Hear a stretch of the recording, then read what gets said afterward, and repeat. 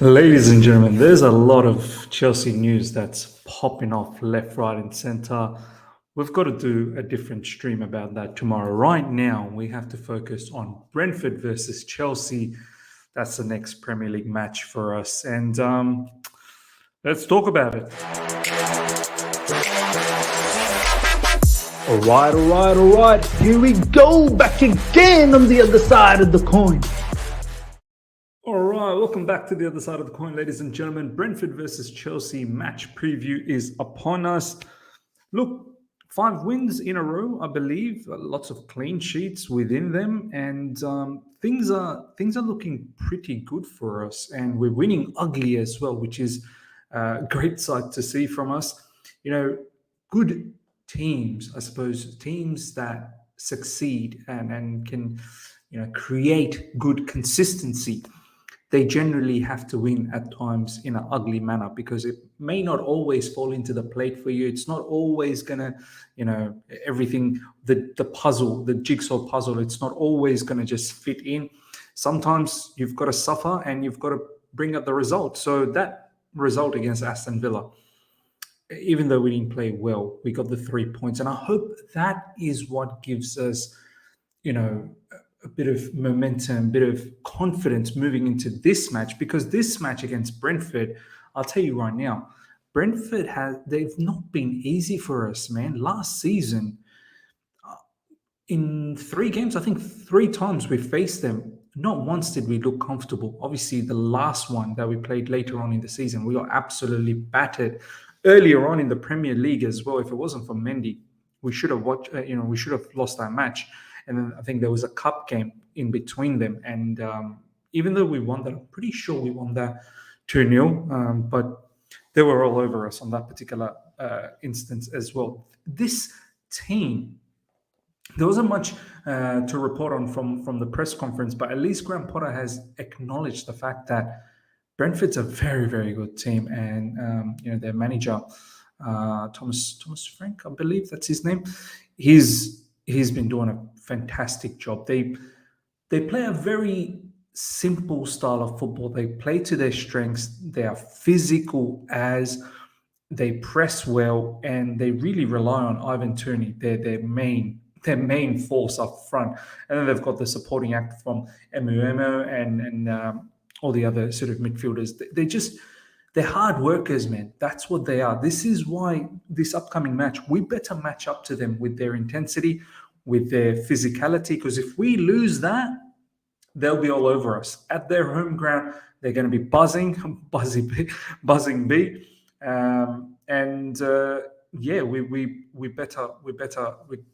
We better get a hold of this. Let's have a look at the table, ladies and gentlemen. First up, this is what the table looks like. Chelsea, 4th at the moment. We're doing all right.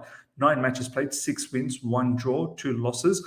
We've got a game in hand against Arsenal and Man City. I think this game we're obviously going to catch up to them. And Arsenal and Man City, they've got their match suspended. Well, not suspended, postponed. So we should be able to catch up. It's pivotal. It's vital we get the victory and stay on course for the top 4. That is the main target for this season.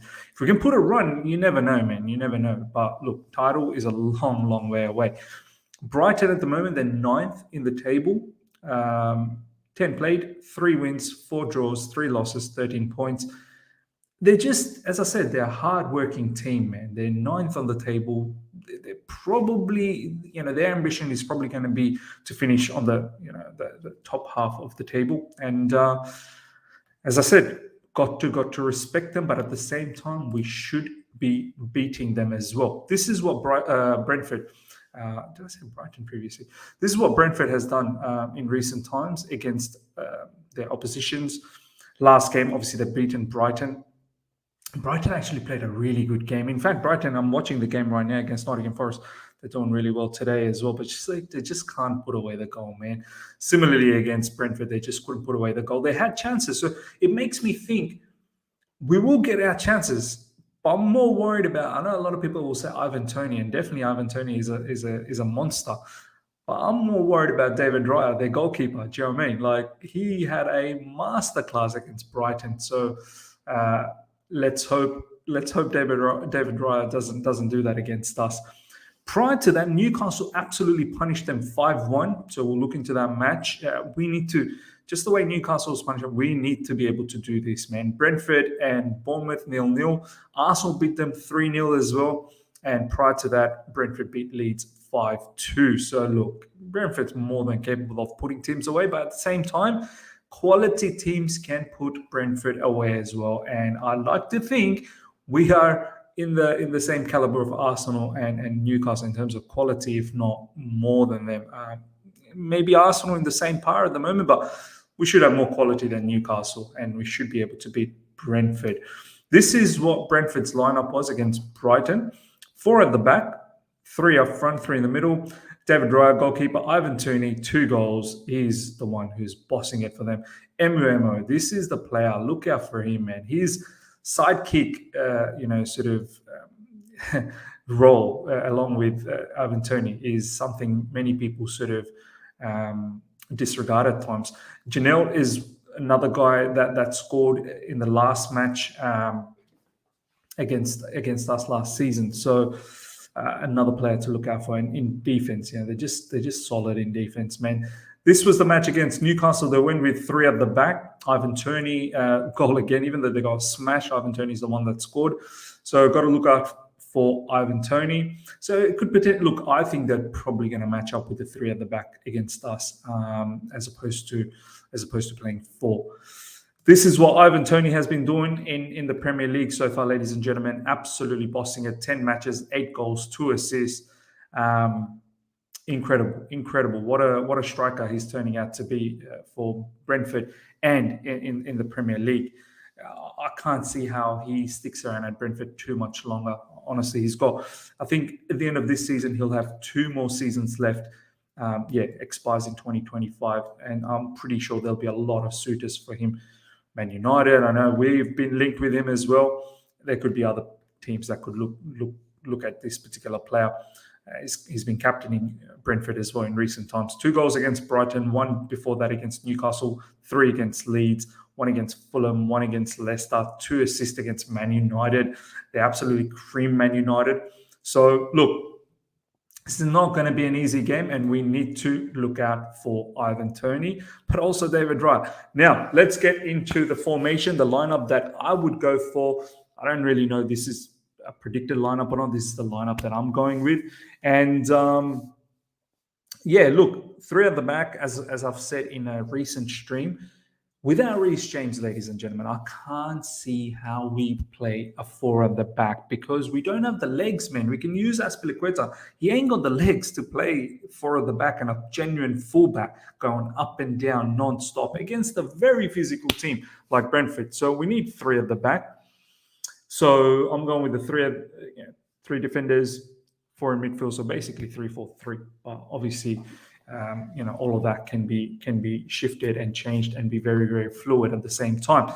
Kepa continues. He is on fire. He's on fire. There's no reason to drop him. Dropping him would only sort of bring down his confidence right now. We continue with Kepa and we carry on. Mendy, yes, it's tough. It's tough times. You're just going to have to be patient. Maybe the cup game that's coming up against City, not long for now. Maybe he gets an opportunity there. Thiago Silva, ladies and gentlemen, in the press conference, Graham Potter said that we got to look out for his recovery. So he is 38. I don't think he plays in this particular match, and obviously Wesley Fofana is another sort of long-term injury for us, so he won't be available.